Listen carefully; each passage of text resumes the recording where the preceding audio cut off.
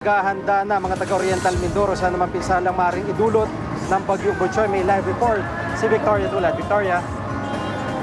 Ziggy, pasado alas 2 ng hapon kanina nang biglang lumakas ang ihip ng hangin sa barangay Patsoca, Calapan, Oriental Mindoro. Lumaki rin ang mga alon, nagdilim ang langit at bahagyang umulan.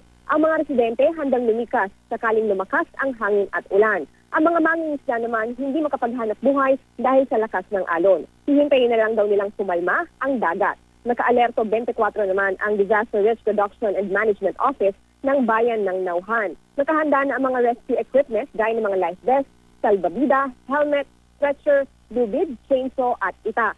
Ang 6 na rubber boats ng bayan naka-standby na rin. Bukod pa iyan sa mga rescue vehicle at ambulansya. Mayroon na rin mga relief goods gaya ng noodles, bigas, canned goods at tubig. Nasa MDRRMO ang mga kakailanganin sa evacuation center gaya ng kutsyon, banig, damit at tsinelas.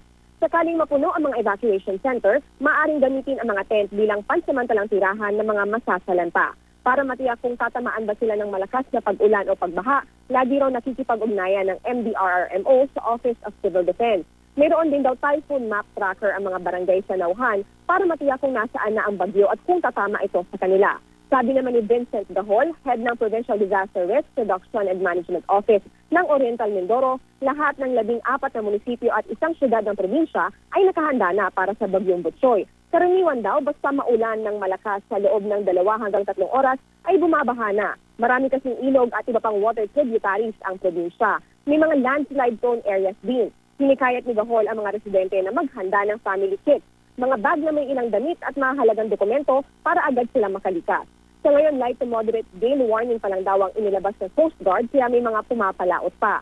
Kasabay ng paghahanda para sa Bagyong Butchoy ang emergency response trainings ng PDRRMO at MDRRMO ng Nauhan. Kanina, tinuruan ng mga rescuers basic life support. Samantala, mahigit 100,000 naman ang populasyon ng Oriental Mindoro. Gigi?